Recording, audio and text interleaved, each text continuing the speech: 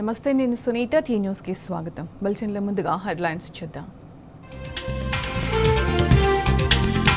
భారీ వర్షానికి అతలాకుతలమైన హైదరాబాద్, లోతట్టు ప్రాంతాలు జలమయం, స్తంభించిపోయిన ట్రాఫిక్.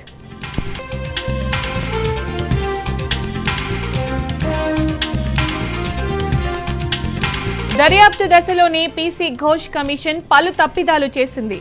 మేడిగడ్డపై నివేదిక మేడిపండు లాంటిదేనంటూ సౌత్ ఫస్ట్ కథనం.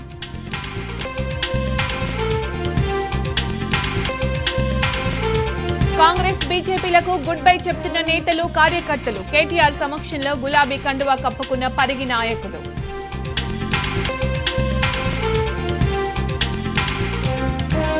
100 రోజుల్లో గ్యారంటీలు అమలు చేస్తామని కాంగ్రెస్ మోసం చేసింది. రేవంత్ రెడ్డి సీఎం హోదాకు తగినట్టు ప్రవర్తించడం లేదని కేటీఆర్ ఫైర్.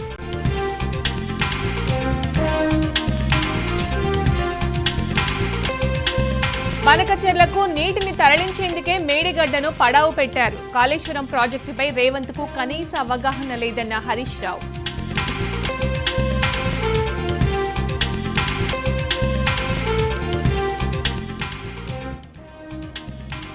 బీసీ రిజర్వేషన్లపై కాడి పారేసిన ముఖ్యమంత్రి రేవంత్ రెడ్డి ఢిల్లీలో ధర్నా పేరుతో కొత్త డ్రామాకు తెరలేపారని బీఆర్ఎస్ ఫైర్.